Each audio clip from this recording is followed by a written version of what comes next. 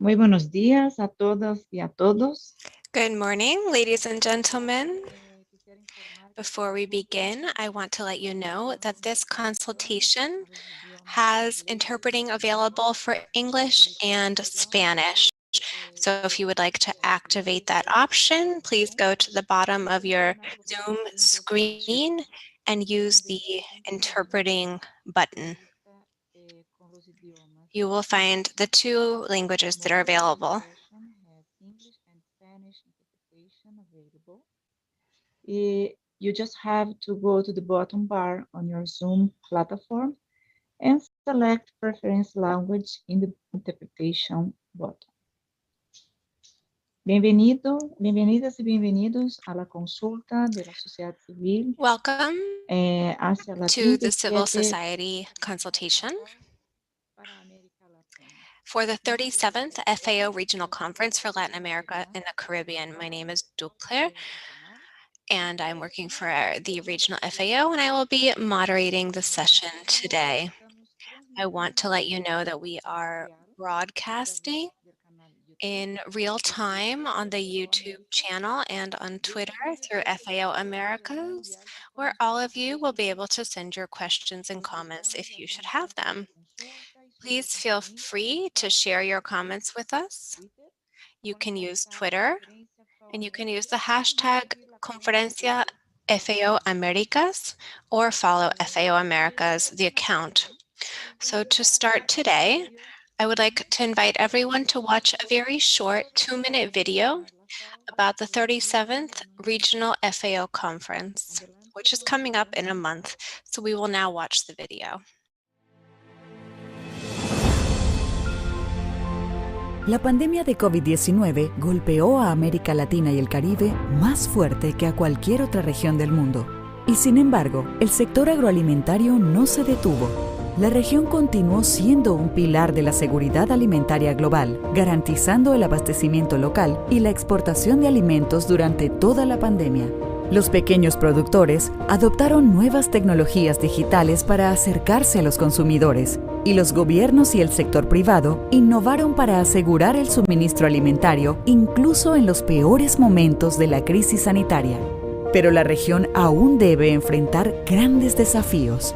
El hambre se encuentra en su punto más alto de los últimos 20 años. Y millones de personas han perdido sus empleos y sus medios de vida, teniendo que optar por alimentos menos saludables. América Latina y el Caribe debe fortalecer su sector agroalimentario para responder a una población global creciente y para proveer alimentos nutritivos a precios asequibles a todos sus habitantes mediante una producción sostenible que preserve los recursos naturales. Por todas estas razones, la próxima Conferencia Regional de la Organización de las Naciones Unidas para la Alimentación y la Agricultura es más urgente y necesaria que nunca. Es una oportunidad única para que los países unan sus esfuerzos, porque la pandemia alteró todos los aspectos de nuestra vida, pero también abrió un gran espacio de cambio. Un espacio para que cada país transforme sus sistemas agroalimentarios para volverlos más eficientes, inclusivos, resilientes y sostenibles según sus condiciones y prioridades. Un espacio para transitar hacia una mejor producción, una mejor nutrición, un mejor medio ambiente y una vida mejor sin dejar a nadie atrás. Del 28 de marzo al 1 de abril de 2022, en Quito, Ecuador, la Conferencia Regional de la FAO será la ocasión de aprovechar esta oportunidad de cambio.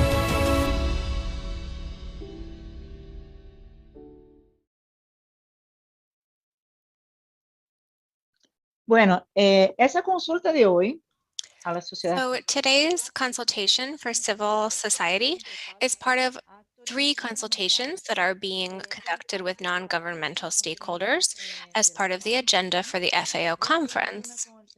We held a consultation with private sector last week, and we held another consultation with the scientific and academic sector last Wednesday.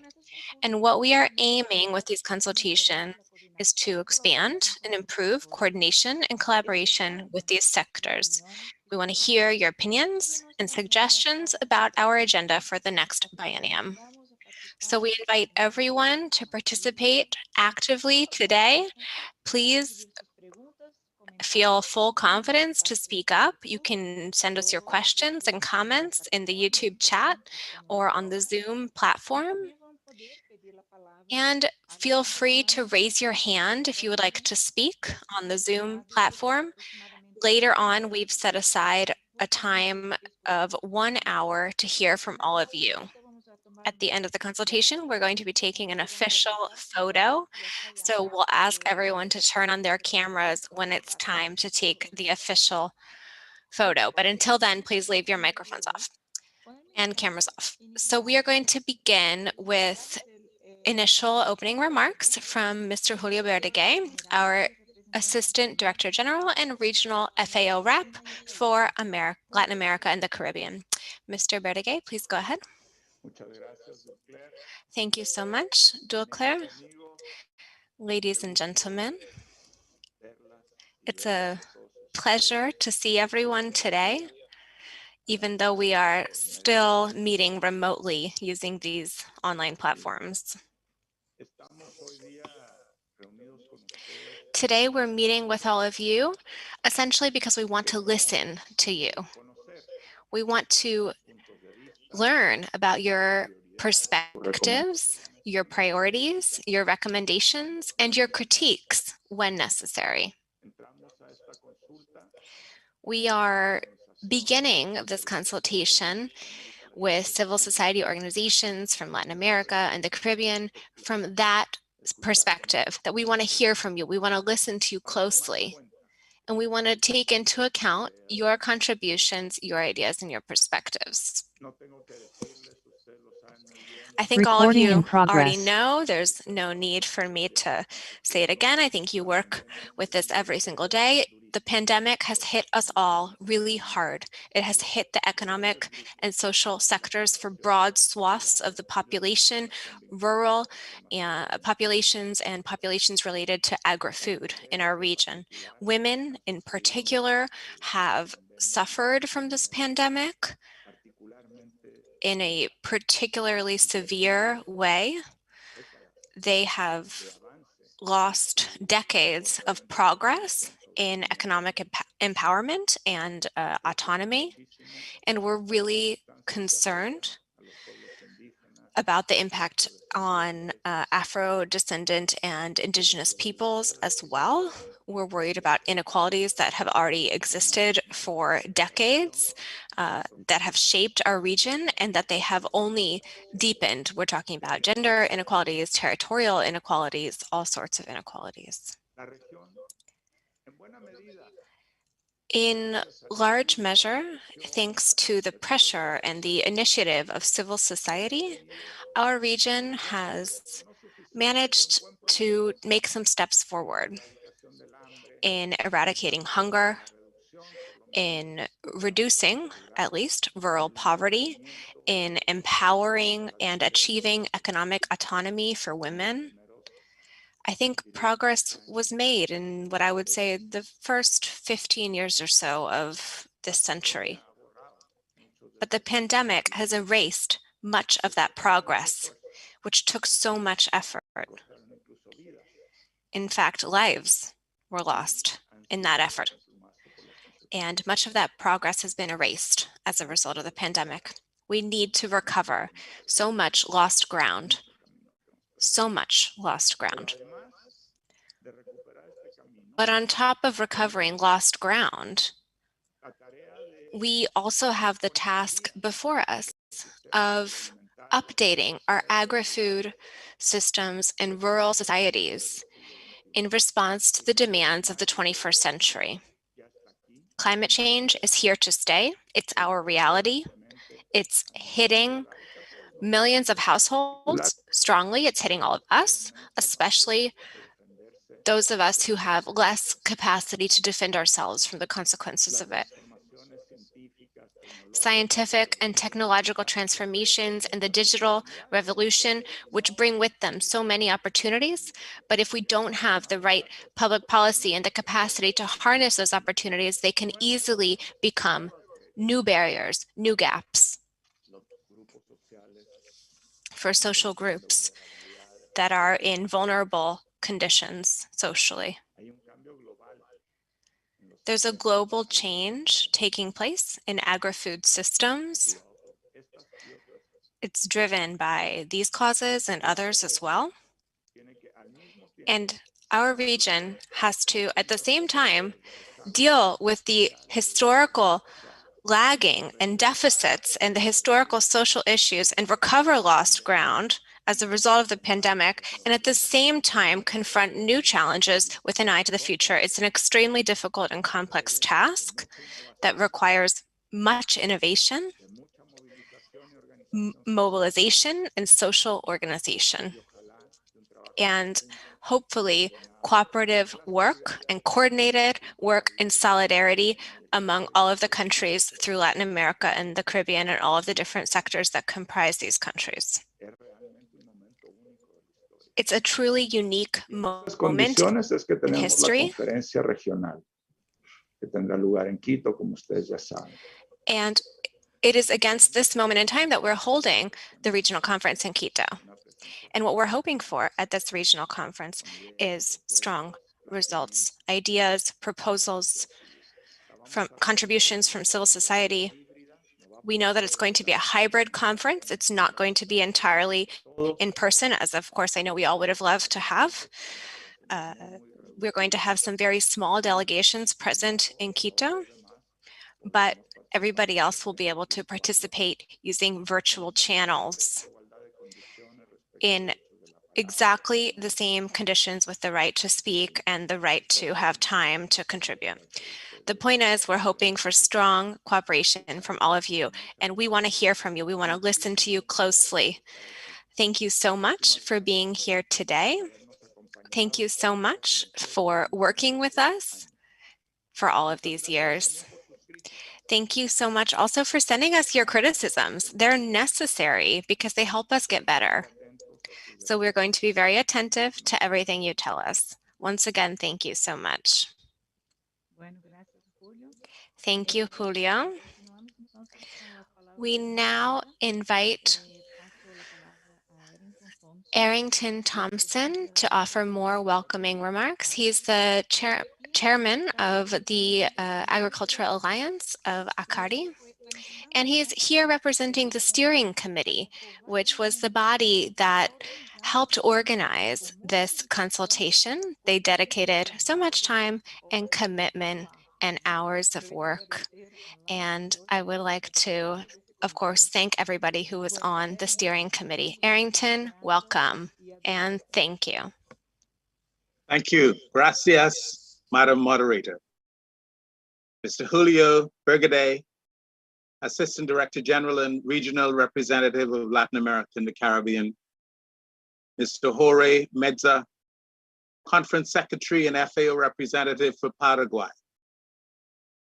Ms. Duclair Stenad, Partnership Officer, members of the Steering Committee, representatives of civil society in the region, other FAO attendees, distinguished guests, ladies and gentlemen.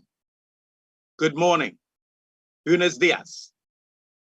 It is my great honor to welcome you on behalf of the Steering Committee, representing the many civil society organizations in Latin America and the Caribbean attending this virtual regional consultation.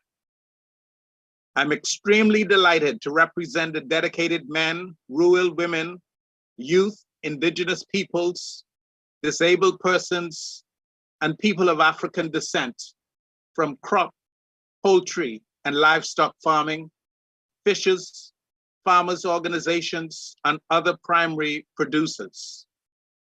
This committee has spent many hours toiling to provide this dialogue space. We wish to acknowledge and thank FAO for providing this forum so that we in civil society can participate, express our opinions, raise questions, and make recommendations for the future biennium. We wish also to express our sincere gratitude to FAO for the wide range of support they have made and continue to make in our region. We have benefited from workshops, seminars, training, and projects of every description. the region owes you a debt of gratitude. Thank you. We are truly grateful for your support, and we are delighted to make a small contribution towards this 37th conference. A brief look at the priorities for FAO in the region under FAO Strategic Framework 2022 to 2031 reveals how ambitious, extensive, and extraordinary these initiatives are. We hereby pledge our support, expertise, ideas, and knowledge because we are all in this together. Civil society organizations want to play a direct and integral role in being a catalyst for change. Long gone are the days when we can rely on training in governance and capacity building alone. Our additional training needs must utilize technology, climate smart agriculture, permaculture, agroecology, digitalization, robotics, information, communication, and technology, ICT, artificial intelligence, AI, drones, sensors, security cameras, and alternative energy. At the beginning of the biennium 2020-2021, the coronavirus pandemic had begun to wreak havoc on the world's health system and subsequently their economies.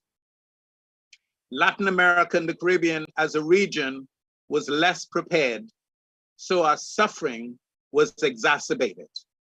I quote from the FAO LAC regional initiatives. In 2020, the prevalence of undernourishment in Latin America and the Caribbean, LAC, reached 9.1%, the highest in the last 15 years, end quote. But there is hope. The regional initiatives of FAO, together with our government's plans and with the support of CSOs, we can change this downward spiral. There must be, however, a mechanism in place for us to measure our success. We look forward to an accountability plan with timeframes. If we are to achieve the 17 Sustainable Development Goals, no one can be left behind. Today, it is my pleasure to welcome you. Thank you. Gracias.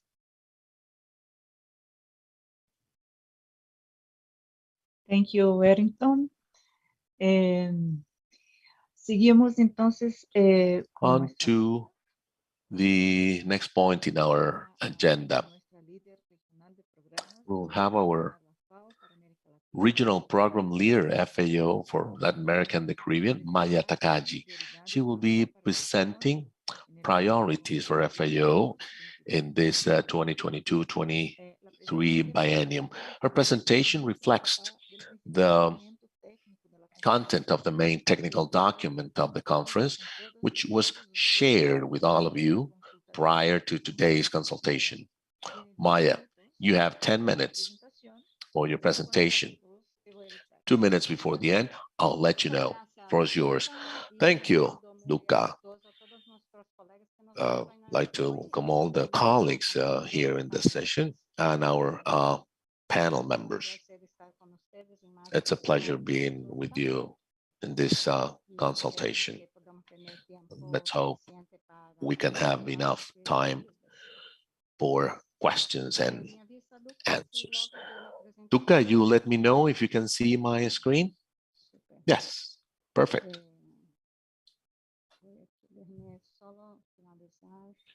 Let me just make sure. Okay, as Duca just said, I'll be presenting the priority documents in a very brief manner so that we're going to entertain your questions or your comments. We've already said what are the main goals of the conference. The main goal is the definition of the priority areas for FAO. FAO, we are here to organize the event, but all the decisions come from the countries, and the result of the conference is a final report that will feed other areas of the organization at the global level. Basically, in terms of the priority documents, among the main documents, we have first the regional context, which are the challenges and opportunities for the region relative to several elements which were mentioned before by our Arrington and that's why I'll skip them, but we address, of course, the persistent presence of pandemics and the long-term socioeconomic consequences, unequal economic recovery, for instance, in the region. The key elements of poverty indices, hunger, food insecurity, the increase of inequality among countries and within them, and the importance of considering in this process the environmental crisis and degradation of natural resources and ecosystems, and the increase in the frequency and intensity of catastrophes and crises, among others. These are still the challenges and opportunities, and we've been working with these main guidelines of the organization are approved in the strategic framework for the next 10 years, 2022-2031, into 4 main improvements: better production, better nutrition, better environment, and a better life. And there again, within the same context, we work on elements on big challenges to guarantee a better production, but also several opportunities, among them research and development, but this is also an opportunity for innovations and the digital revolution. In terms of nutrition, there's an examples of policies and legislations we need in the region in order to improve food security and to promote healthy diets. In terms of better environment, the increasing number of initiatives from countries to speed up an adaptation and mitigation to climate change, and in a better life, the experiences in the improvement in systems of social protection, knowledge for, well, I mean, widely used now for COVID. In the second part, how can we address them? And there we emphasize our regional initiatives, which are part of the main areas of action in order to address these challenges and opportunities, which has been discussed in the previous conferences. In this conference, though, we keep the main 3. This is a long process of a collective construction together with the member countries. So we have the regional initiative 1 on sustainable agro food systems in order to provide healthy diets. Initiative number 2, inclusive rural societies, and initiative number 3, sustainable and resilient agricultures.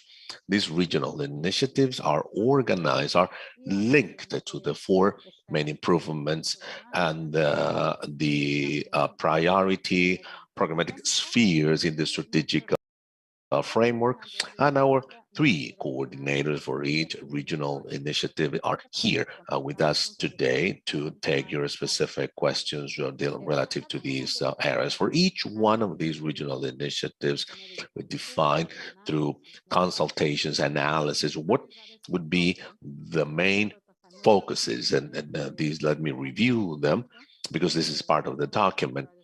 Those are the main four focuses. One is to contribute to the reversing hunger and increase the food security and reduce obesity, not only hunger, but we have to address obesity. Second is to guarantee physical economic access to safe and nutritious food supplies, and support policies and programs to reduce overweight, and the promotion of agro-food trade, which is an important element to guarantee access to this. The regional initiative number 2, which has to do with rural development topics, protection of rural life systems, increased productivity. Not only it's a wide approach on in family agriculture, small producers, as you can see, as the main priority spheres, as well as the promotion to extraction societies, inclusion of women, Afro-descendants.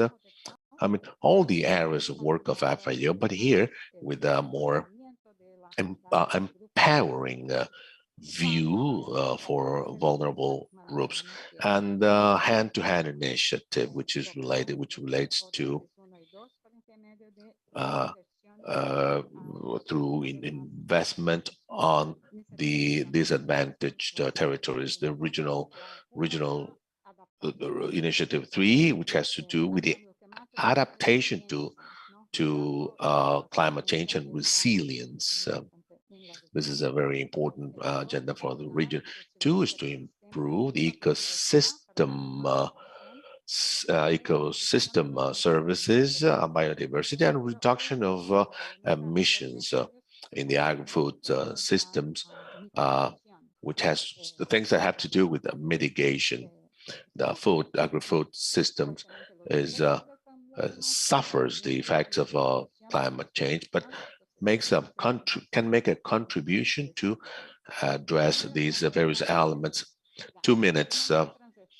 So overarching, we foresee accelerators and across-the-board topics in order to achieve these main goals. So poverty, hunger, decreasing the inequality as part of the SDGs, to accelerate technology, innovation, data, governance, strengthening of human capital and our institutions. So, all this has to do with the more transparency and involvement and engagement alliances with the government and non-government organizations. And the issues have to do with people, focused on people, gender, youth, and inclusion. All the FAO areas require this. Last but not least, or before the last, the strategies and initiatives, hand-to-hand initiative in order to sustainable development, and the initiative 1000 and the global initiatives. Now, towards a model of a renewed business in order to strengthen and change into an inclusive organization that can be agile, transparent, open, and innovative through these at least 4 areas of work that we can see here. I'm running out of time. So once again, thank you. And our team is here to entertain your questions or comments. Thank you, Maya. Thank you for staying exactly on 10 minutes. We're going to continue with our agenda for today. So let's warm up for the discussion. I want to get everyone motivated to ask questions and pose comments. So I invite 3 representatives from civil society to share their comments about Maya's presentation. So the first person who's going to be speaking is Ms. Melissa Gil, from the Agroecological Movement for Latin America and the Caribbean, Mayela. Melissa, you have the floor, 5 minutes on the clock. And when you have 1 minute left, I will let you know. Thank you so much. Good morning, ladies and gentlemen.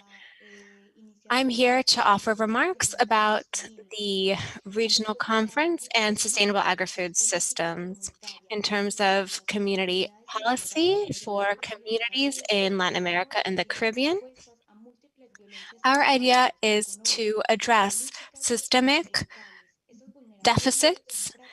These deficiencies and practices and conditions result from inequality in industrial production systems and economic structures that are foreign to our territories, as well as the criminalization and persecution of communities. These adverse conditions affect our communities, and they come from the neoliberal economic model and the way that capitalism has seeped into every form of life. They end up hurting communities and they lose their autonomy and social fabric.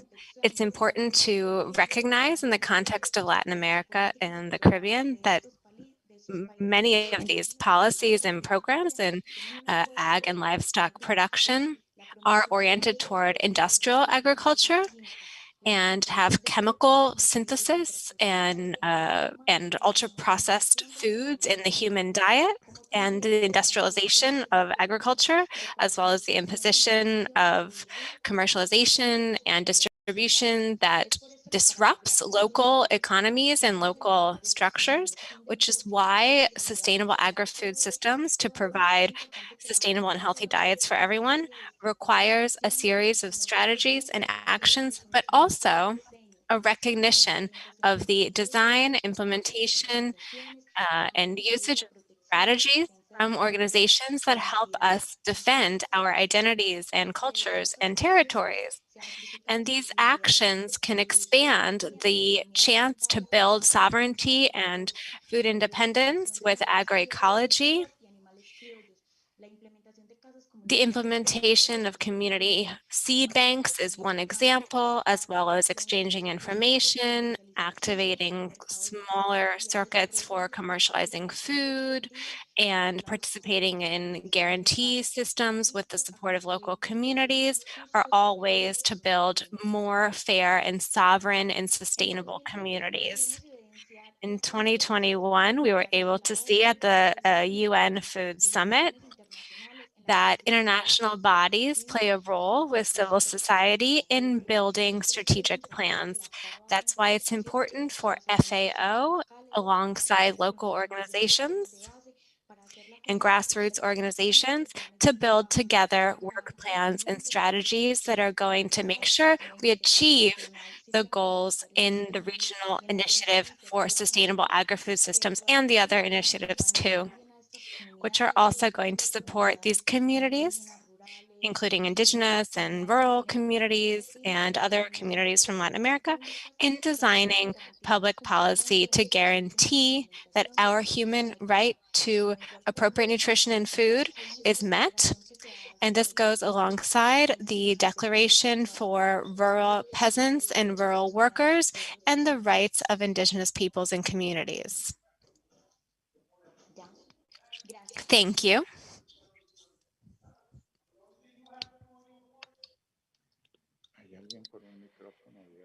I believe there's a microphone open. Please make sure your microphone is off if you're not speaking.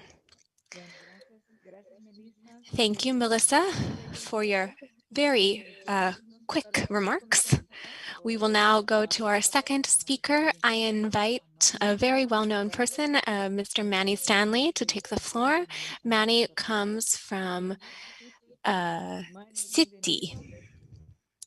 Manny, the floor is yours, 5 minutes on the clock, and I will let you know when you have 1 minute left. Thank you. I would like to send my greetings to Julio and Duca and all of the other panelists. It's a shame that we are not able to have this consultation in person together. I want to remind you that here in Guatemala, when we had a colleague who always made sure to stir up proposals and debates and discussions when we have in-person events. All of the proposals that we've had come out of our in-person discussions are written, they're in documents, we have so many documents, and they all serve to support engagement and networking and inclusion of youth, Indigenous peoples, African descendant peoples. Those documents are there with the statements. I went back to look at those documents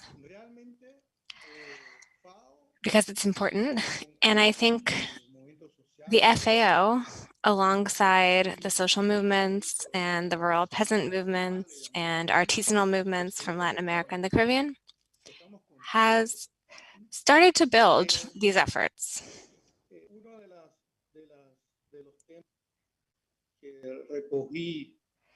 Something that jumped out at me was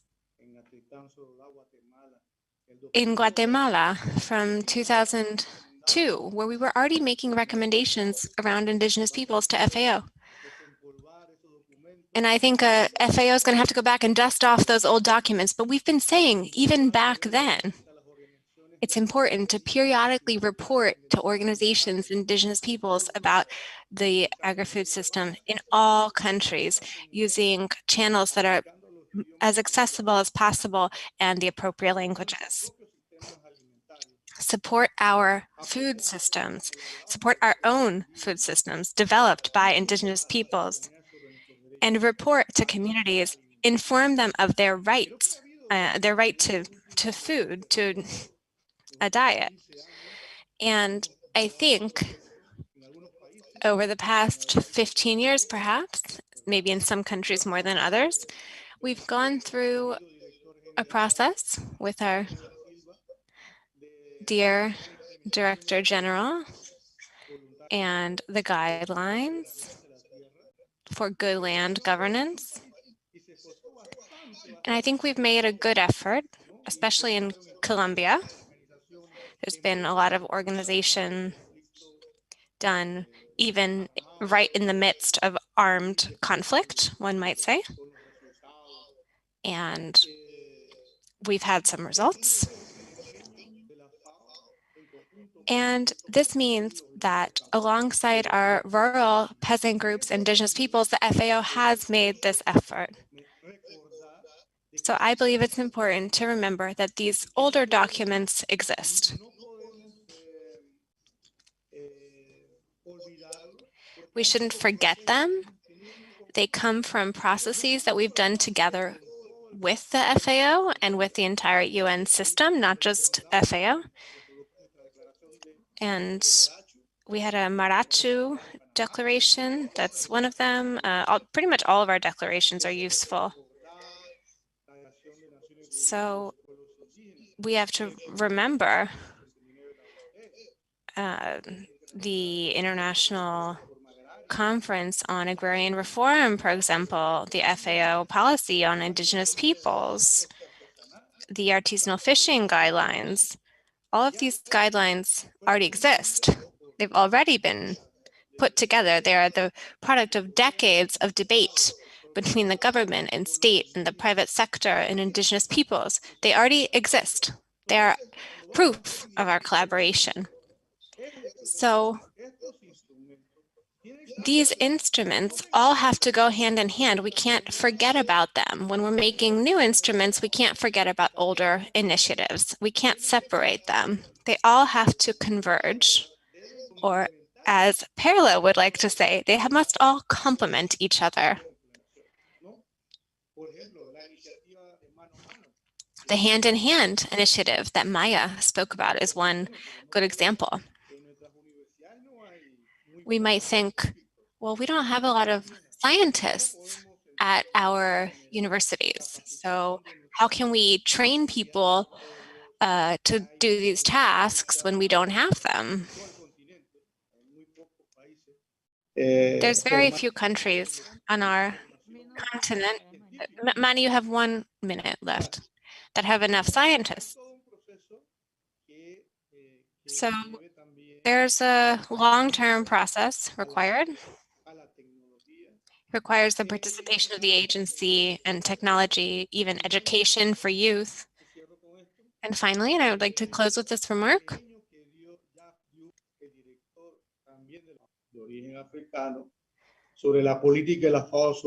We've seen work from the FAO on these documents. It's already there.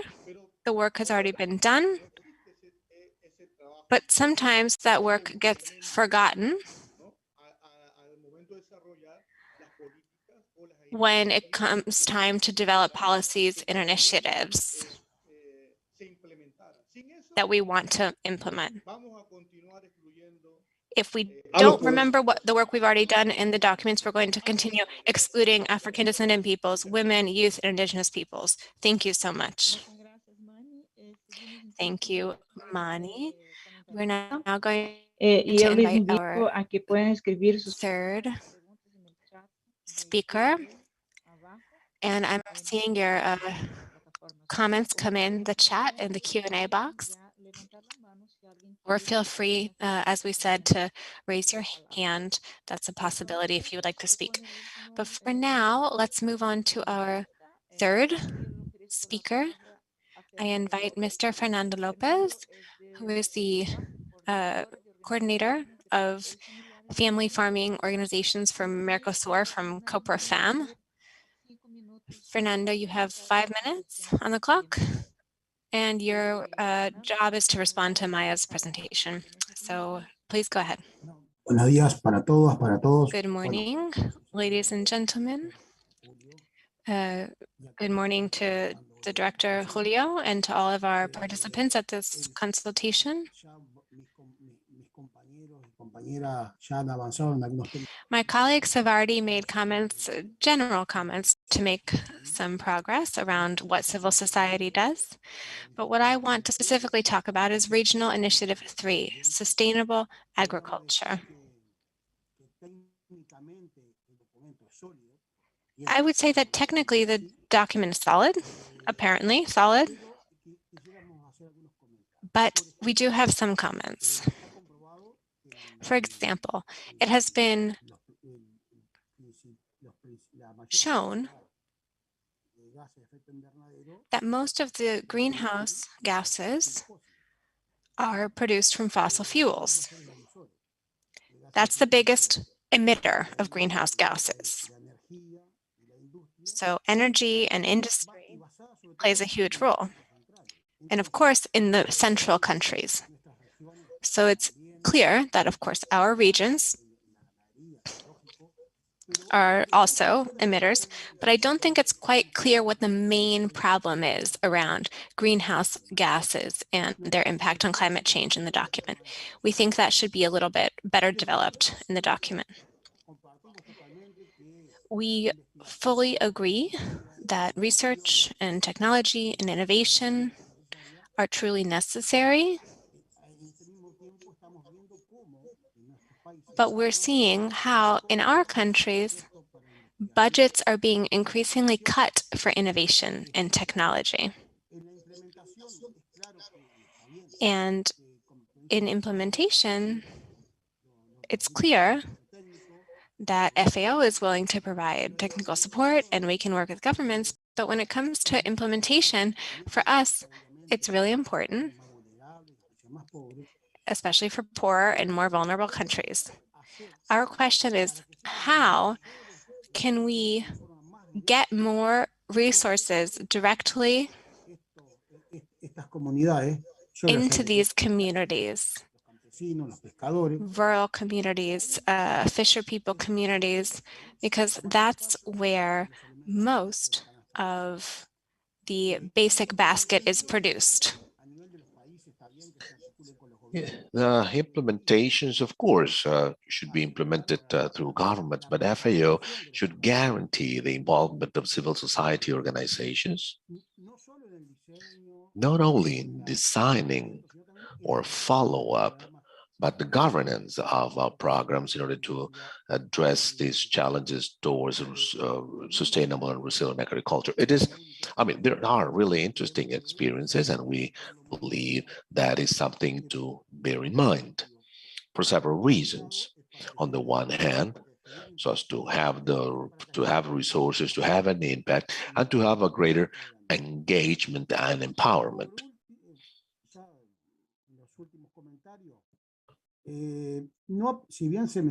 Even though it has been a reference to small agriculture, we missed the word family agriculture. We are in the process of designing that. We are responsible for the implementing of design, but we don't see the word of family agriculture. Probably this is just a drafting issue, but for us, this is important. Nor agroecology, even though when we talked about sustainable systems, that's part of it. But there are certain things that have to be very explicit. Sustainable talks about productivity. And then you have the question, productivity, is that compatible with sustainable? Well, that depends on the model. Also, in the case of Initiative 3 from FAO, besides technical support, as we have said, FAO maybe should have a more active role in approaching or providing funding for those countries, as I said, to reach the various communities, farmers. Some talked about a private sector with a funding role. Okay, we believe these challenges of climate change, food security, that has been supported and funded from multilateral agencies and governments. That is our idea of collaboration, and clearly the climate change initiative, sustainable agriculture and resilience, which is all these areas. Thank you very much. Thank you, Fernando. We are making notes of all your comments that you are making so far, and because for us it's really important to have that information and suggestions from you. Let me now have the floor. We have at least 40 or 50 minutes so that you can share your opinions to those nearly 75 people in the session. I have Patricia Flores here with from Patricia. ¿Aló, me escuchan? Hello, can you hear me? Yes, go ahead. Thank you. Thank you for the opportunity. I would like to commend Melissa, Manny, Fernando for their remarks. We, of course, support all of them, and we thank for this FAO initiative of these previous consultations. My comments have to do with along the same lines of Arrington's words. How can we measure success? That has to do with what Fernando said. I believe the document is very well intended, very well drafted, addresses the challenges we have for good food and resilience to climate change and prosperity of rural societies with a good intention. And prosperity, I see that the Rudolf Steiner in 1924 of the first conferences on biodynamic agriculture talking about prosperity in agriculture. So I believe that maybe we could try, given the challenges and the scale of the challenges, to try to have a specific narratives and metrics to measure the success of the programs, not only from the private sector, but also from the civil society. An example being, for instance, the initiative that in Peru and Ecuador we had for implementation of nutrition-sensitive agriculture. So we, as an indicator, was one of the 10 elements of agroecology, which is culture and food traditions. In less than 2 years, we invested in the training of rural services, working with communities, working with vulnerable populations. We managed to improve the diet in terms of diversity from two to three to six groups of food supplies. We have to exceed five as part of the regulation. But this is what's an impact in over 3,000 families. And we can change the life of people, especially those more vulnerable, with an agroecological basis. Nutrition-sensitive agriculture and sustainable agriculture may be applied in several manners. We could also we could use but we could use agroecological with evident results. In the we have evidence, we have data, we have indicators, and those who took the information are those vendors of rural services, extension agents, those that provide on-site support to the farmers in the daily production of food. The approach is really interesting. I hope it covers three main approaches. It deals empowering women in a reproductive age, young women, the territorial markets, and producing for food security at the family level, based with an agroecological basis. And let me finish by saying the importance and the need of working in the agroecological transition. It's really important. In Peru, for instance, we see a president who comes from the countryside with the intention of having a second agricultural reform, and that means a huge transfer of money towards subsidies. So there is a discrepancy in that type of decisions at the public sector, because it's a contradiction with those programs that should be implemented.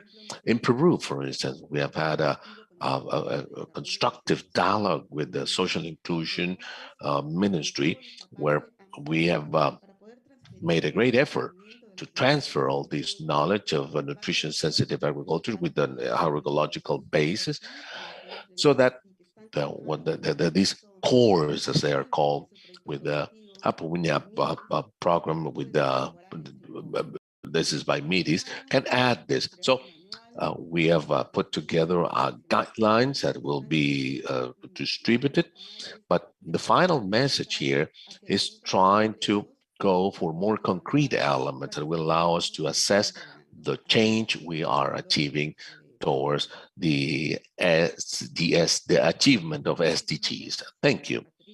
Thank you, Patricia. Very good input. I'm going through I believe you're somehow timid today, shy. I like to request the floor.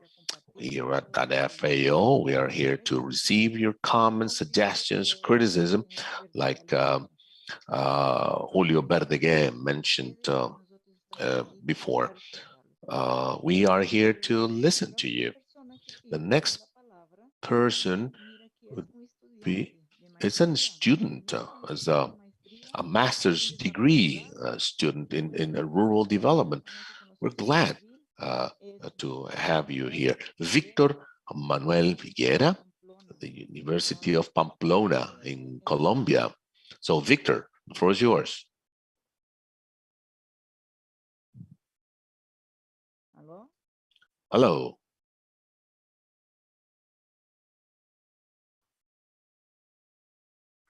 A ver.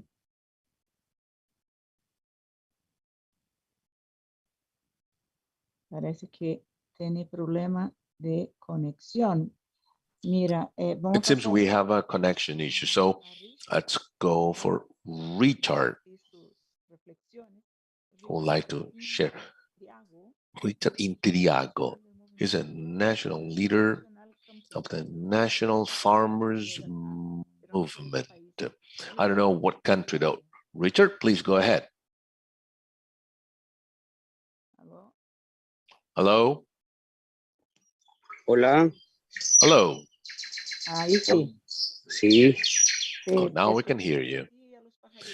We can hear you and the birds in the background. Well, thank you. Good morning, everyone. Thank you for the invitation and for allowing the social organizations to engage in these activities where the FAO is making decisions in the crucial times for the planet, where FAO has a much even greater responsibility compared to that in the past because of the crisis we're going through, the problems the world is facing that affect food. I'd like to congratulate the speaker. She said key elements for our peoples and for our sector. However, I have things to say. I'm Richard Intriago in the National Farmers Movement in Ecuador. And in Ecuador, we've been facing this crisis from the civil society. And we have offered examples, so if we could call them to the different public and private organizations, what we could do in these critical times. My contribution deals with an example of what has happened, because we really believe it is important to focus on the crises we're going through, both today and in the future. Not only climate change as a direct effect on the production system, but COVID crisis, for instance, that we failed to foresee that as part of the COVID or around the COVID crisis, it would be a food crisis, an important food crisis we would have to face as a planet. We knew that because farmers, we are familiar with the trade system, how this is managed, how this is structured, and we knew in advance that after this crisis, at least in Guayaquil, but it was a real catastrophe. You see the first weeks and the first months of COVID, we had already said that we were about to have a food crisis, which weeks after that, when we have a collapse in the food market. So that's the first point.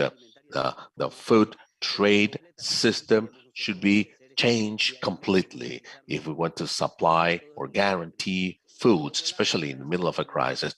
The food system also, as referred to by one of the speakers, that we should focus on agroecology as a sustainable system, which is very efficient and effective, proven that we are applying in the different sectors in order to face the crisis today as part of COVID, the crisis of fertilizers and containers.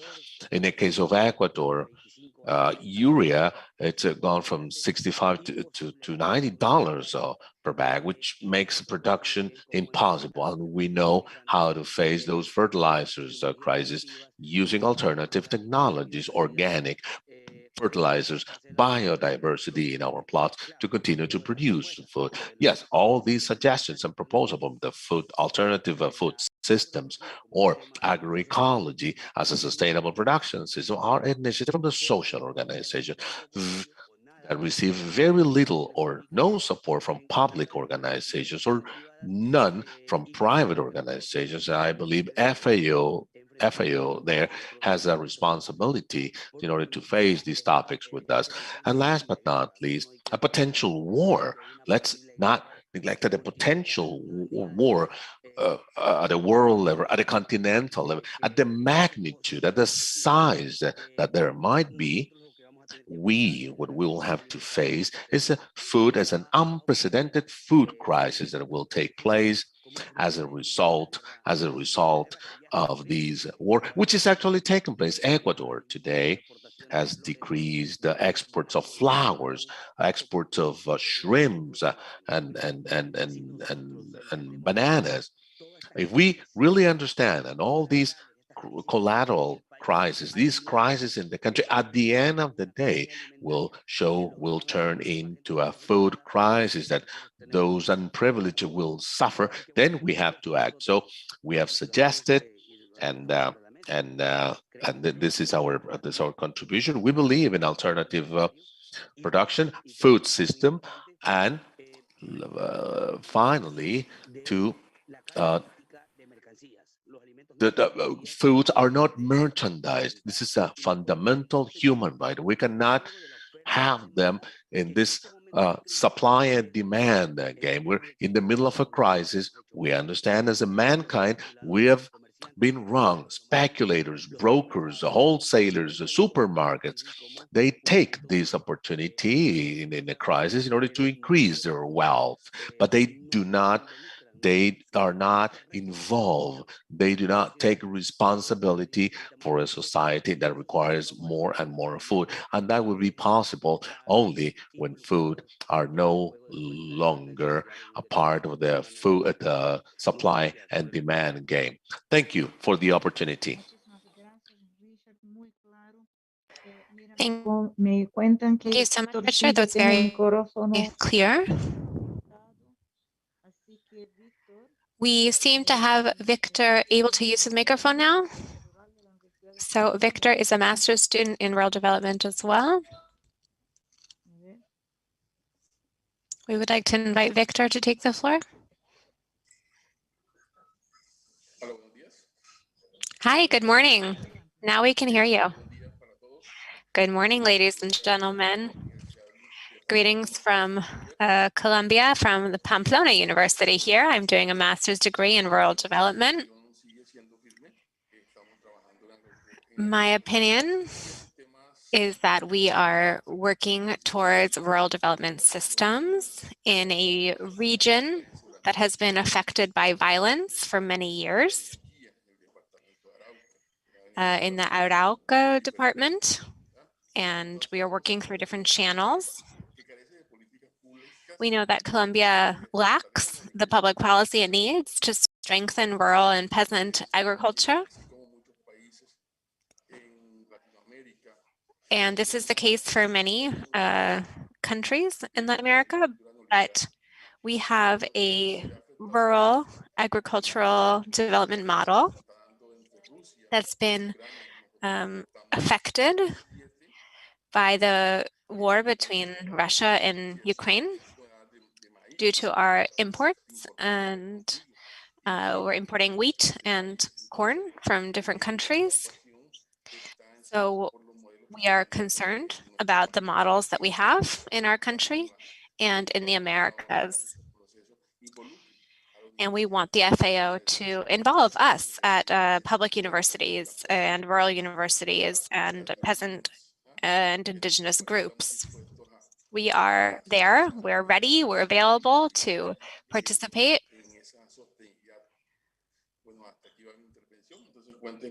Those are my remarks. If you need anything, on behalf of Pamplona University, we are here. We are working for the good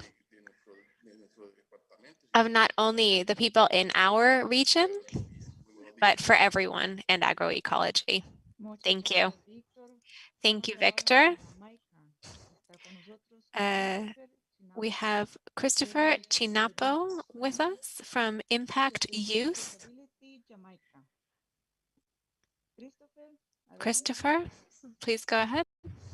Hello, good morning, everyone. I'm very happy to be here, and I also wanted to share commendations for the report. I'm going to frame my comments in 7 areas, and I hope I get through all. But basically, I would like to see alignment, greater equity lens, which is coming across throughout the report. And I wanted to just emphasize some additional points on that. A need for greater interconnectedness in the way we view our food systems.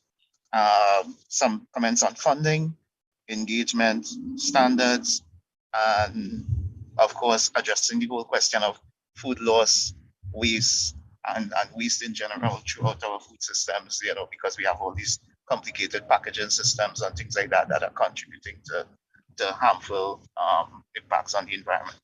So in the first comment, in terms of alignment, I do believe and I commend the efforts to root and align all the food system transformation against the Sustainable Development Goals, the Paris Agreement, because we do recognize that while fossil fuels also is the main contributor to greenhouse gases, agriculture does have a significant contribution.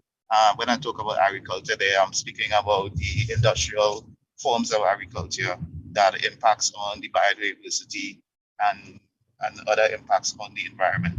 And we do need to look at ways and means to decarbonize agriculture and its impacts on the environment.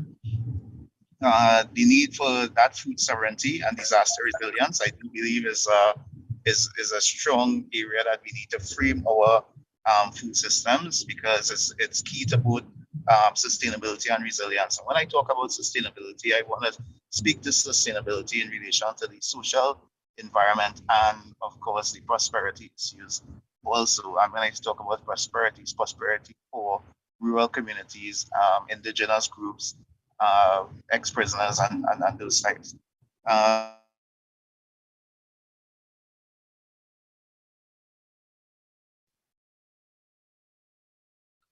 Parece que lo perdimos. Christopher? Christopher, we can no longer hear you. Are you still with us? Of course, honestly, I wanted to look at aligning to the need for circular economy to feature heavily into this alignment in terms of our food systems. The equity lens in terms of leaving no one behind, I wanted to commend all of the feedback that had been shared in relation to those issues. But I also wanted to add that, there's also a need to encourage greater participation and support of groups such as the ex-prisoners, indigenous, the some of the maroon communities and communities like that who have been, marginalized for long periods of time. Again, we need direct access to funding. I did hear it raised before, but I do want to put on record my advocacy for such an initiative, direct access to funding to the civil society, to indigenous groups, and of course some of these marginalized communities. It also requires, to me, the equity lens also requires the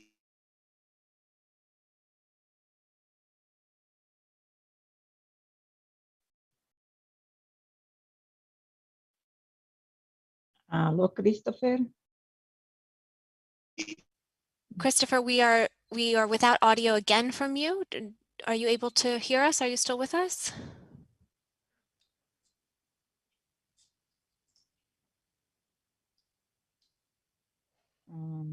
Hello, Christopher? Christopher, if you're still connected, please let us the FAO know. Because again, governments, because they all make up,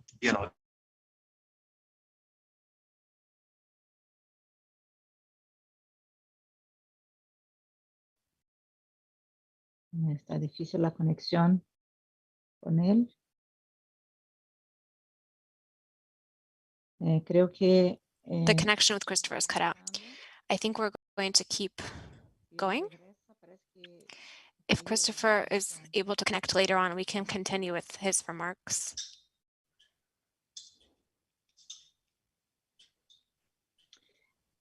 Creo que vamos avanzando. Si de repente él regresa. We are going to go to our next speaker, and if Christopher is able to come back, please let us know, and we'll give you the floor again. Or Christopher, are you there now? Hello. Oh, sorry about that. Actually, yes, on the road. So I think I lost connection for a while there. So sorry about that. So the point I was at was that we require, an engagement that goes wider than the majority party in any country. And the engagement should also include the civil society and minority groups and academia. on an ongoing basis. And that being said, seeing that I just actually lost connectivity, actually going out to a rural community in Jamaica here, we need to also recognize the importance of addressing sometimes this connectivity divide. And there's a need for greater investment in supporting I think Ms. Errington had mentioned it in his contribution, the need for greater support in terms of that digital transformation in the food systems and agriculture, and supporting the small, micro, and medium farmers to adopt, um, digital technologies and so on. But also recognizing too that there's an impact of digital technologies in terms of biodiversity and sustainability. Again, interconnectedness, we're looking at that food sovereignty and addressing issues in interconnected ways, recognizing that food is connected to all of the SDGs. And as mentioned before, we need to tackle the issues across the food, energy, water, and waste nexus if we are to be effective and have the sort of impact that we truly desire. So there is need for greater investment into that circularity aspects of the food systems, and value retention and value creation out of the waste that emerges out of the food systems. Again, funding, we need simplified access, simplified approaches, and we need improved support, coaching, mentoring, and capacity building alongside the funding. So it's rethinking the role from a grant kind of providing for project kind of a funding to greater engagement, to greater facilitation in terms of the use of funding, the implementation, and addressing the implementation deficits by better supporting civil society and even governments too, because there's quite a deficit in terms of implementation of programs when it comes to government. Engagement, just to say that the engagement should be ongoing. We should not wait on hosting conferences and events to actually engage widely. The next point had to do with standards. We need to find ways to help to scale the organic standards throughout the Latin American and the Caribbean region. So there's a need for capacity building, infrastructure, building of the quality infrastructure, and so on, to really help to support greater agroecology and so on, which again could be pillared in partnerships. The last point I'm going to make has to do with the issues of addressing food loss and food waste, and recognizing that these also provide opportunities for the circular economy system, and also it provides an opportunity to really provide healthier and nutritious meals and so on. So that being said, the last point I wanted to make also is for us to recognize the impacts of e-waste on food systems throughout the Latin American and the Caribbean region. And we really need to find better ways of not only designing products and minimizing use, but also the way that products are actually disposed into the environment that then damages our water courses, damages our soil and soil biodiversity. It's important that we recognize that food systems are, pillared on water and soil. So those are my comments for now, and I thank you and appreciate the opportunity. And just wanted to say thank you, Mr. Thompson, for the opportunity to participate as part of the ACARI Alliance. Thank you.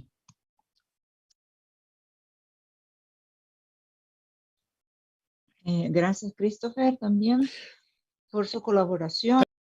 Thank you, Christopher, for your collaboration. The committee organizing this consultation requested us to have, besides the leaders of to have the fishing official. He's got a little connection issue, but he's has now joined the session. You know that UN has declared 2022 the International Year of Fishing and Artisanal Aquaculture. So if you have questions, he's here with us. So let's go for the next person requesting the floor, Alberto. Alberto Bronx. He's a chairperson of Coprofund. Alberto, it's a pleasure to have you here. And once again, and before the conference. Alberto, please go ahead. Thank you. Thank you, my dear Duca. Let me, with all of you, especially my dear friend, our Director Julio Verdeguer, and I'm glad to hear from all of you and to like to greet the FAO team, very competent, committed team with the huge challenges. Duca, Maya, Mr. Dusky, like to give value to this space, the space of all of our organizations on behalf of CoproFarm. We really value this opportunity of dialogue, exchange of information, and honest, candid dialogue to say what we believe it's necessary to build this challenging system. Duca, I would like to value the team of the organizations through the alliance that put together this steering committee in order to prepare these meeting. This is a team covering all Latin America and the Caribbean. Let me now value the documents FAO has submitted.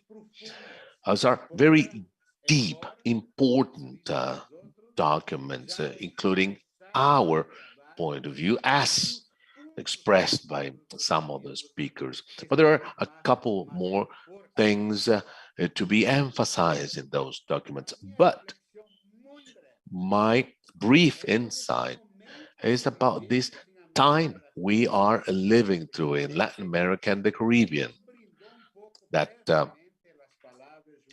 as discussed by Julio. I believe it is important to think about that. At the end of the day, FAO, it's organizing the 37th regional meeting where we will have all the governments.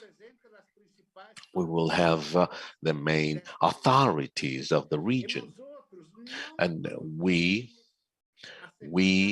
cannot accept that. We cannot have an increase in hunger in Brazil.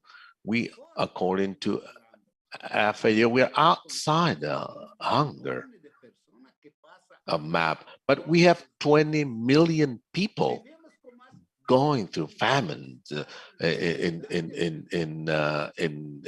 this situation in Brazil. We have people going through food insecurity with more inequalities, and that is absolutely against all of the SDGs we need. It is true that the pandemic affected us all, caught us by surprise, has affected economies, but I believe that this is not just a pandemic problem. We need to discuss public policies, economic models in order to phase these processes. And especially, I believe we're missing the opportunity with the big differences in the food systems where we're not making progress. One of the key losses is the way we produce food. We know that the big agribusinesses, the big landowners are are emphasizing this problem, are strengthening this problem. So we have to affirm if agrogeology, family agriculture, farmers, indigenous agriculture, management of access to natural resources, which are being very much affected because of the big climate changes. I believe those documents are important. I believe our suggestions are important, uh, despite that in the 10-year period of family agriculture approved by the United Nations is an opportunity to make progress in this. This is something we can turn into a bigger conference so that we can reaffirm strengthen these big principles. Thank you. Muchísimas gracias, Alberto. Thank you, Alberto. Veo que ya no I hay see más that alzadas, no more hands. mis colegas que están aquí Our para colleagues FAO from ya FAO respondieron have already answered or clarified preguntas dentro de questions del chat. in the chat pod. Entonces, yo creo que So necesitaría I hacer believe, una mano más. I think I have a hand here. Si no estaríamos pasando If ya not, we could go. a ver. Buenos días. Good morning. Muchísimas gracias. Thank He you. estado haciendo algunas preguntas I've chat. been asking Mi certain nombre es questions Esther using the Cama, chat, but estoy I'm en Esther representación Kamak. del I'm on behalf aquí en of esta consulta. ECNIA. Muchas gracias por las intervenciones, por las propuestas. I'd like to Pero yo thank tengo, you once again for the ahora remarks and desde from hace the mucho proposals. But tiempo for a una long time, preocupación que I've quería had a manifestar aquí. concern which I would like to share with you. Compañero Manny y los otros Money compañeros que and the other antes brothers and sisters before me have said that from collaborative work as a civil society and as indigenous peoples in FAO and from their role, a series of proposals have been made. There are international instruments, tools, proposals, but the big question remains is that how much progress has been made in implementation and how all these proposals are taken into consideration in reality, because we don't see those progress, those actual commitments from the states, from the governments, in order to create mechanisms for engagement from the national level. We can find how what are the access mechanisms for economic resources to strengthen the work which is being done. And many times our proposals end up being just mere statements and declarations. And my other concern is how do we include in the proposal for the food summit, how are we going to include all these in this plan which is being shared with us? And last but not least, I would like to say that our brother from Brazil, I believe, one of them, said, for instance, that in times of crisis in our countries, not only COVID crisis, but situations of governance issues, they all create speculation in the market for the access to the good food supplies. Is FAO considering this as a sensitive topic? And on the other hand, I would like to, well, of course, indigenous peoples, farmers, we are in this attitude of collaborating, but it would be greatly of great importance to capitalize the experiences and the alternatives we're building from the local level in order to make visible and help building of a good health, a good food, preservation, and those efforts continue to receive support from the various countries. This vision of of the of the of of how to produce food supplies that maybe the academia fails to consider the aspects such as agroecology, indigenous agriculture, traditional knowledge, all that is lost. So I would like you as FAO, since you have a great potential, one, the experience of contributions, proposals are from the civil society, and I believe it is then important to take this into account and to continue to build this alliance. Thank you very much. Muchísimas gracias, Esther. Thank you, Esther. Nosotros, Okay, entonces, let me now, veo que no tenemos más because I see, no, I don't see any other hands requesting the floor. siguiendo la agenda. Vamos a llamar a los We colegas will en la now sala. have FAO colleagues to discuss and react to your comments today. Llamo entonces So, a la colega Daniela Godoy, Daniela Godoy, de seguridad she alimentaria is a food security and nutrition officer. So you have about 5 minutes to react to these ideas shared by the different attendees. Thank you, Duca. Let me greet all of you. I'd like to thank you for the valuable participation and the great comments made. In the region, we have a huge challenge.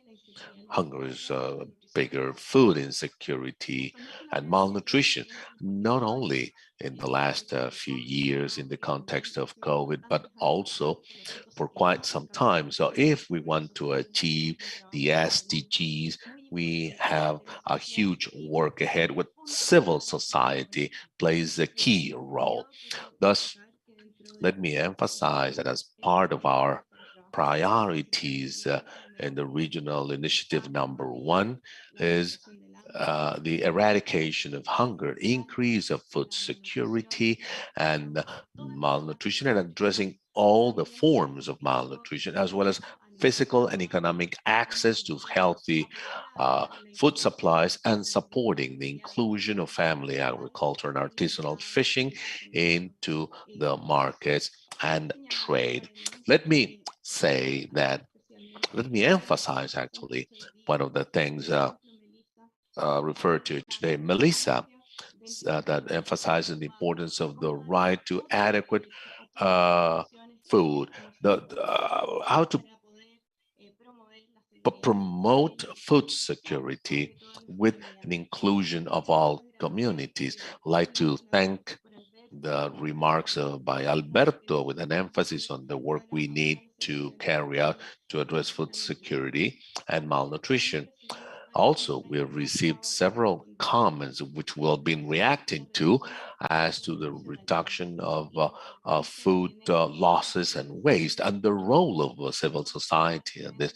Let me say that within these 4 priorities, we have the reduction of food loss and waste, and we are working with the different elements of the system in order to measure these losses and wastes, but also rules and regulations to manage this reduction. We have shared the FAO's voluntary code of conduct where we can hear from you. Let me also emphasize some other things to Alimentar Network and Patricia that put an emphasis on the importance of not only working in the implementation of public policies, but also in the evaluation. How can we promote these public policies based on evidence? And thus, let me say that one of the experiences we have had in terms of of food education, where we have a methodology. We have been asked about that.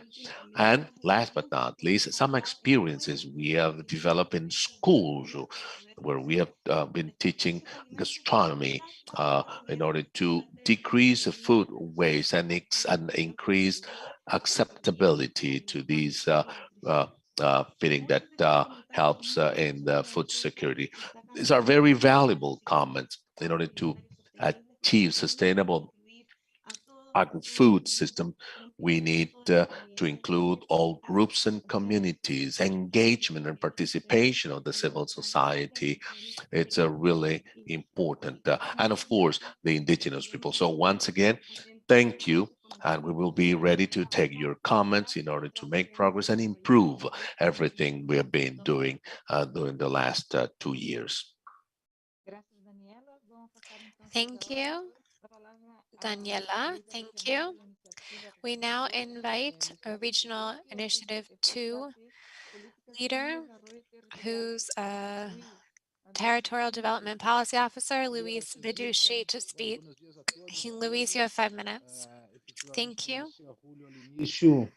Thank you. Exactly as Julio said at the beginning, it's a privilege to be here at this dialogue before the formal conversation takes place at the regional conference.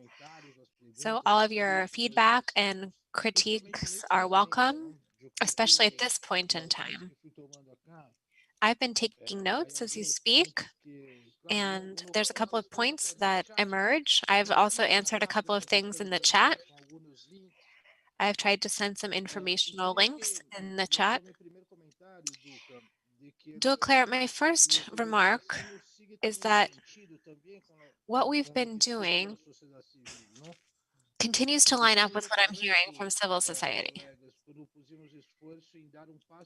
We are trying to make a step forward in the FAO global plan to work with Indigenous peoples. And I've shared with you in the chat a link about a regional strategy for working with Indigenous peoples.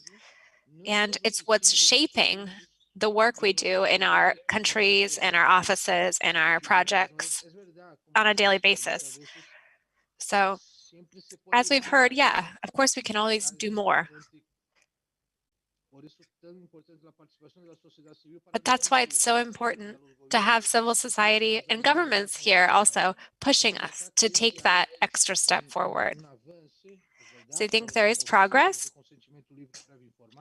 especially in prior and free informed consent. And of course, FAO doesn't do anything without that type of consultation, but we know that there's still more to learn.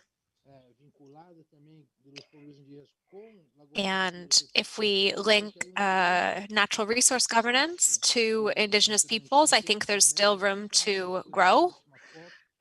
We heard at the last COP, and I think it might be a good idea to go deeper in that area. My second remark, in the document, the term agroecology doesn't show up with as much strength as it could have had. But we take note of how important it is to keep agroecology on our agenda, even though I think you can really see it in our daily work. Soledad Bastidas has sent some information in the chat. There's actually an initiative to scale out agroecology, and it talks about how to link up isolated experiences with agroecology and turn them into a coordinated effort. It's not a trivial matter. It's going to take a lot of work. But Claire, I think we are always trying to link up. We're always trying to partner with the sciences or academics to boost agroecology and make rural development more sustainable. I'm sure we'll hear more from you later, but we've also understood that under the directives for land tenure, there's a lot of topics around farmers and natural resources. It's actually one of the 20 priority programs for FAO worldwide in our strategic framework. So land tenure is still on the agenda. I'm sure we'll hear from you more. And it's still on our discussion agenda with organizations and with the government. Para não ir muito mais além do tempo, Duca, vários colegas puseram de manifesto. Duca, I'm not sure how much time I have left, but we've had a lot of colleagues talk about how important family farming is in our actions. I know it's going to be a very important topic in the discussion, and it deserves a working agenda, as Laura has said. And I just want to take a moment to say hi. There is a global action plan. There's 7 working areas. There is coordinated effort, but there's also a challenge, which is that the pandemic can make the problems more severe, and we have to think about regional dialogue and inclusive production for rural societies. I want to refer to what Alberto said. Perhaps the regional conference could be an opportunity to push our partners and governments and FAO to really harness our ability to coordinate in our capillarity in the territories, to try to look for opportunities to innovate in productive inclusion for rural societies and policies. So that's a topic that I hope that you can take home with you. I know I have my last 30 seconds here, but that's what I'm going to walk away with.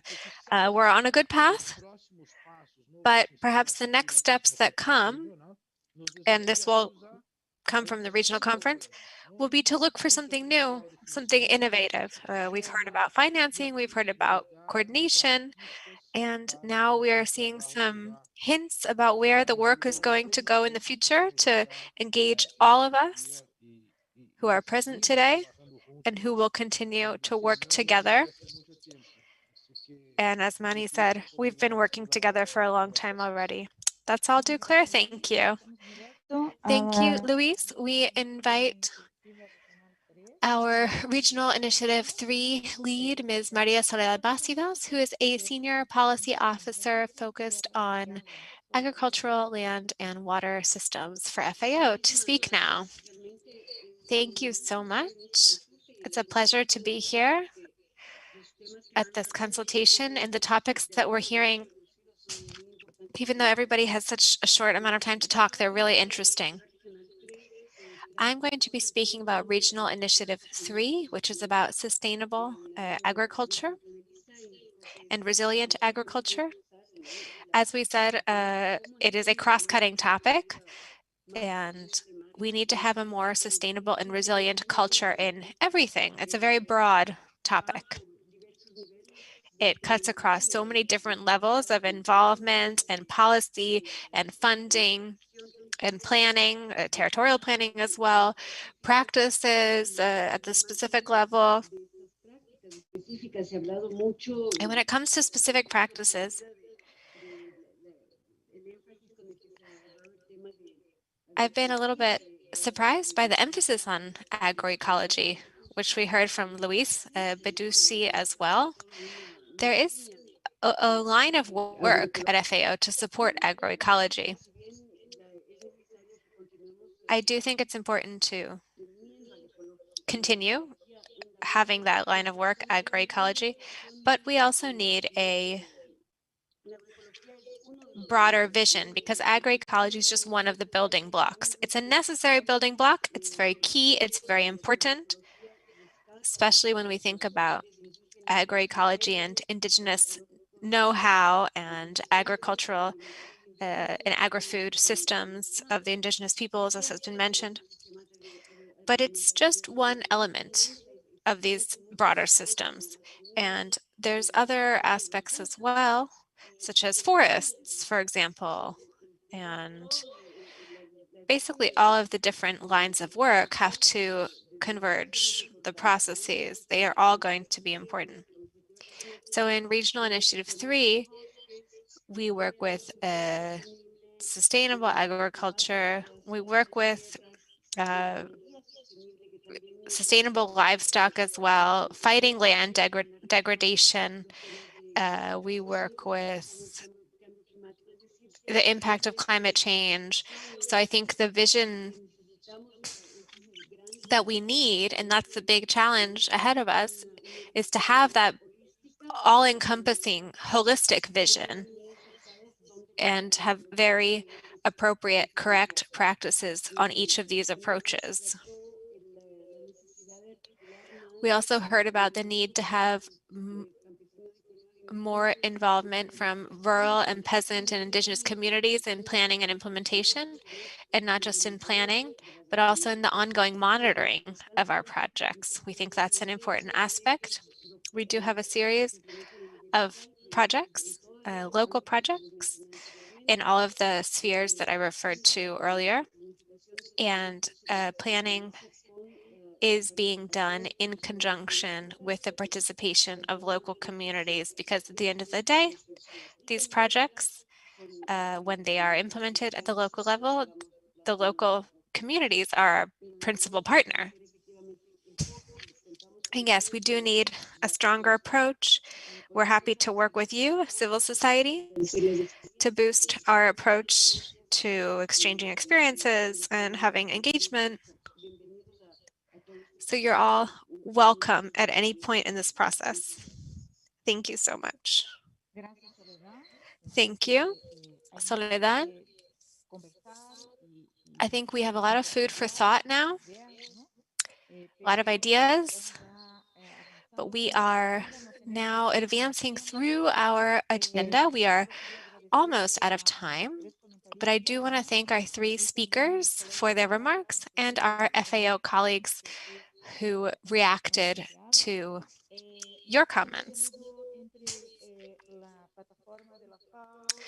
So at the FAO platform on Zoom and YouTube, we've had 350 people connect today to the broadcast.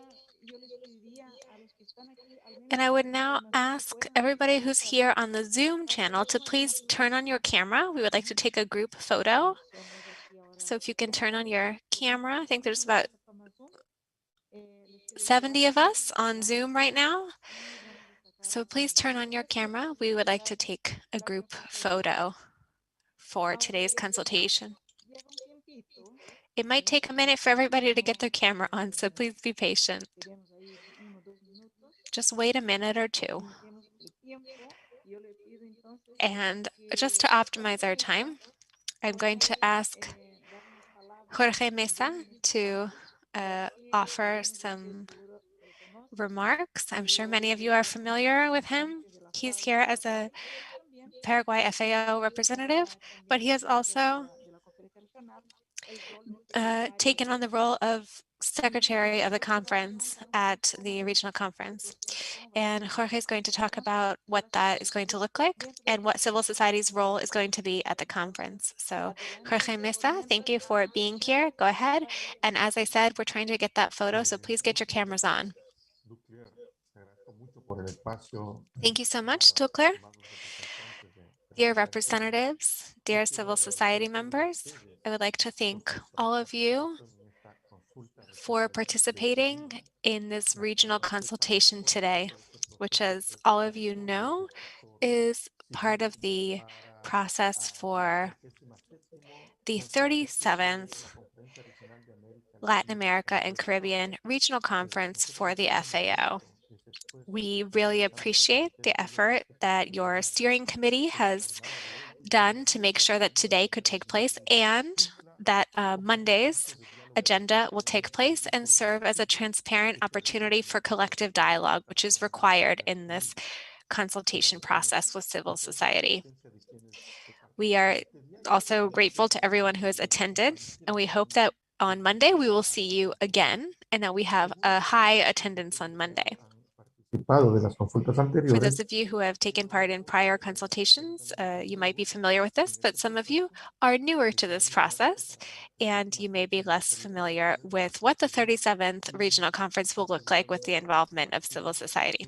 Civil society is guaranteed an opportunity to participate in the 37th Regional Conference in the following way.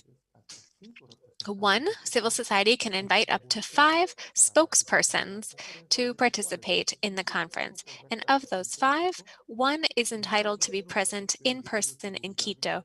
That's due to biosafety reasons, and we have to De los 5 voceros, uno va a estar presente. quotas. So that's the maximum. So 5 spokespersons and one is allowed to be here in person in Quito. Everyone else will be present virtually. And of course, everybody else can zoom into the broadcast on social media. The second way is that you will be entitled to read a declaration from the sector with all the 33 delegations and other special observers will be hearing, and they will be present to listen to that. And that set of remarks has 5 minutes, because we need to keep in mind that the idea is to get as many voices possible speaking at the conference. So other ministers have limited time as well, and civil society will have their amount of time, but it is time restricted. So that 5 minutes, we have to be very specific and very powerful in that message. Third, if there are sessions at the conference, so there are spokespersons who are selected by you, but there are also opportunities to speak at the sessions. So you will be able to ask to speak at a session if you would like to. So those are the forms of participation. And finally, that declaration is going to be a publicly available document that's going to be attached to the documentation for the conference, and it will be available on the website. Although civil society does not have a vote at the conference, because only member countries have a vote, it's a governmental event, but we still believe it's very important for civil society to hear, to have their voices heard. We want to hear the voices of women, rural, indigenous, peasant people, youth, livestock, agriculture, fishing. We want to hear from everyone through your spokespersons and engage in dialogue about the challenges necessary to recover agri-food systems with the transformation that we are seeking as part of the strategic framework for organizations to not leave anyone behind. So I invite everybody to take part also on Monday, March 7th. It's from 10 a.m. to 2 p.m. Chilean time. We're going to have some working groups on Monday, and we're going to be working on that declaration that will be read out at the conference. And we're also going to be working on preparing the summaries that will be shared with the plenary. Let me reiterate that the contributions of the non-governmental sector, and specifically civil society, is very essential to our agenda. We consider it essential. We reiterate that we are grateful for your participation, and our doors are always open to keep figuring out more ways to collaborate in order to progress toward that thing that moves all of us, our sustainable development goals for our region. So thank you to everyone, and thank you to Claire for organizing this event and this moment. Thank you, Jorge. I believe it's clear how the civil society can participate in the conference. We're very good on terms of that on the time. So before the last portion of our session, I'd like to ask Julio for the closing remarks, and then we will close for the day. Okay, thank you, my dear friends. I'd like to thank the steering committee that's had a strong work to guarantee a good participation of the civil society in the participation.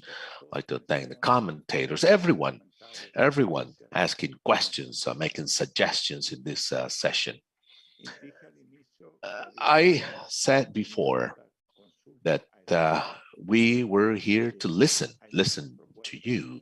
There are lots of interesting proposals, lots of valuable proposals, which I believe that have sound arguments and foundations.